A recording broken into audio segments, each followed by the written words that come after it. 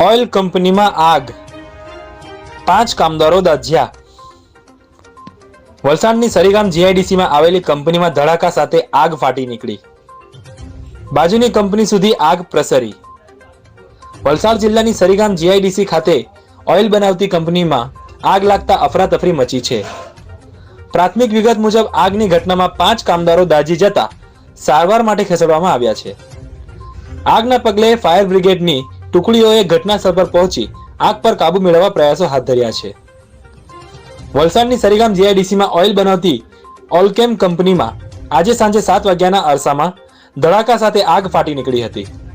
ગણતરીની મિનિટોમાં જ આગે વિકરાળ સ્વરૂપ ધારણ કરી લેતા અફરાતફરી મચી હતી। આગની જ્વાળાઓ એટલી વિકરાળ હતી કે બાજુમાં આવેલી કંપની સુધી પહોંચી હતી।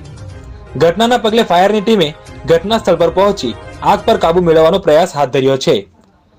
મળતી વિગત મુજબ કંપનીમાં કામ કરતા 2 મહિલા કામદારો સહિત કુલ 5 કામદારો દાઝી જતા સારવાર માટે ખસેડવામાં આવ્યા છે।